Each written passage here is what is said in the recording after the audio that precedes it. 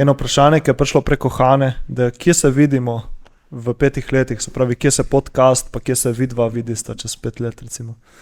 Hane, boš proti idej. Jaz? Ja. Da lahko pa malo plonkamo tebe.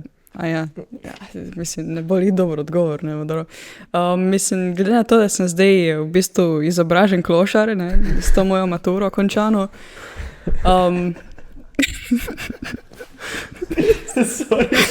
Okay. Kje se vidim?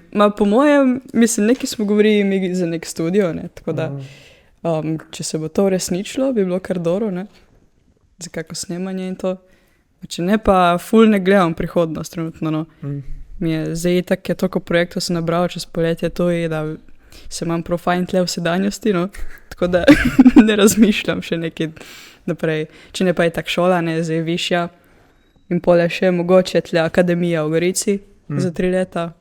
In, ja. Čeprav moram zdaj pogledati, kje bo ta podcast čez 5 let, jaz ful ne vidim.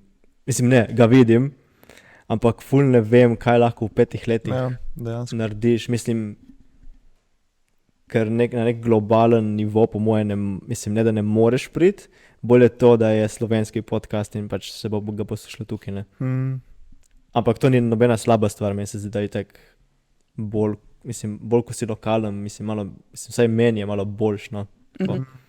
Tako da mislim, jaz vidim ta podcast, da bi se poslušal čez celo Slovenijo, ne pa da je samo na nekem določenem. In ni tak potem drugi gosti, različni gosti, večji gosti, boljša produkcija, več klipov. Ja. Halo? Me napadaš? Ne. Okay. Boljši audio, bom tudi jaz sebe tepal in tako ne. Tako da po moje tlele, no, pač ta del. Če ne v svojem osebnem življenju, jaz vidim se na jahti. Ne. Samo s podcastom bo to težko, ne? Ne, čakaj, kako veš? Če moram gledati tako osebno življenje, pa to, ja, pač en studio bi odprl, imel fotke, imel nekaj s tem, no, kreativnost. Ja. To. Stori jaz, ja. Jaz sem ful težko je, ne vem, prav nekaj določiti, kje bi bil čez, ne vem, 5 let, pa karkoli, ker tudi ne veš, kako se bo podcast scena razvijala. Za nekateri so mnenja, da je podcast šele na začetku, kao Amerika je na začetku, Slovenija pa je na začetku začetkov. Pač začetkov. Tako da je ful težko povedati. Sigurno je pač, ne vem, prvi tak korak je, ne vem, neka monetizacija, da pač probaš malo dobiti, da pole lahko nekatere stvari si privoščiš, pa da ne delaš lih. Da dobiš tudi nekaj od tega, ne. Pole sigurno naslednji korak je studio, ne. Ja.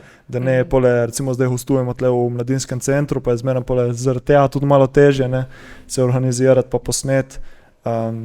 Recimo zdaj tle so prišli, imajo eno rojstnodnevno zabavo, ne, tako da pole je malo težko. Ja, kažin, ne. Mislim, se itak smo ful veseli, da lahko sploh tle snemamo, nekaj, če ne bi bilo še toliko teže. Pa recimo zanimivo, ker sem bil v Ljubljani pri Lanotu, na podcastu, v Ljubljani pa obstajajo pisarne, ki jih najemeš recimo za določen čas, samo recimo za par ur jih najameš in mislim, da je najemnina tam od 10 do 20 evrov, oziroma 25 evrov na uro. Zdaj pole sem že malo gledal, če obstaja ki tudi tle na Horiškem. Itak da ne.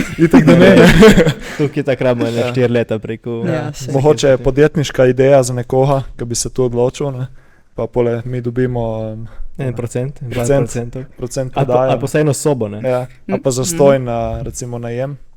Tako da recimo tisto je bilo zanimivo. In če ne, neki moji osebni cilji, recimo jaz vidim tudi podcast, da je del nečega večjega. Se pravi, ko sem prej omenil nek spletni portal z vsebinami, da je pole podcast tisti z brezplačno vsebino, ki bo potem tudi ta portal delal neko reklamo. In mislim, itak graditi oziroma širiti podcast samo zaradi tega, da je velik, da se širi. Mislim, da tu ni cilj od podcasta. Podcast je ono, da se z njim ljudje povežejo, da vidijo, pač, da je zanimiva vsebina, da je poučno, da je tudi fajn po eni strani. Hkrati pa pole, da daješ neke tudi vsebine brezplačne ven.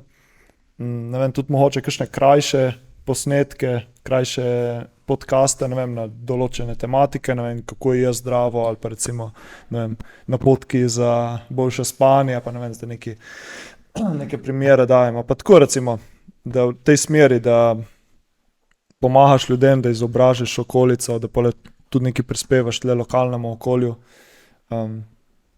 Ker se mi zdi tle na Horiškem se ful malo dogaja, ne? Večina mladih ostane v Ljubljani in parkrat me je tudi mene malo zamikalo, da bi se šel nekam, kadar se malo več dogaja. Vem, da sem že bil 4 leta v Ljubljani kot študent in me ful ni pritegnilo. In se me pole vleklo nazaj na Horiško, nazaj domov, ne, tako da vem, da pač je težko tle na Horiškem, ampak hkrati pač je tudi fajn, da daš neki lokalnemu okolju nazaj. Ja. Tako da se pravim, neki cilji oziroma želje so ustvariti nek center oziroma nek center dobrega počutja oziroma v sklopu tega pole imeti tudi studio, kjer lahko potem rekordaš podcaste, pa recimo, da je tudi nek multinamenski studio, kjer bi pole lahko tudi fotkali, pa recimo vi fotkali, pa neka take stvari. In pole, da se nekako povezuje vse, ne? Da recimo ta nek center dobrega počutja, center Benesere, da bi laufal s pomočjo podcasta, hkrati da bi bile neke spletne vsebine od zadaj, ne? Tako da tu je neka vizija, da bomo pa videli, kako bo vse. Bomo čez 5 let videli. Se pravi 2023, 2028. Ja. Bomo pogledali nazaj ta podcast in bomo ful smo falili, ali bomo bili wow. Ful malo smo mislili, da bomo naredili. Ja, ker v bistvu tudi ta rast podcasta oziroma vseh teh stvari je prav ta eksponenta. Na začetku ni nič. In pole, ko se začne malo kazati, je pole boom. Ne? In pole, ko začne enkrat rast, pa ni konca. Ne? Ja.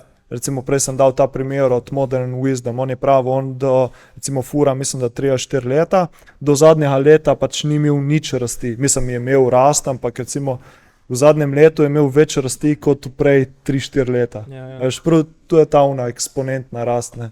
Da kadar se začne, se ne ustavi. Ne? Tako da, ampak je treba samo gurati, da prijaš do tizha.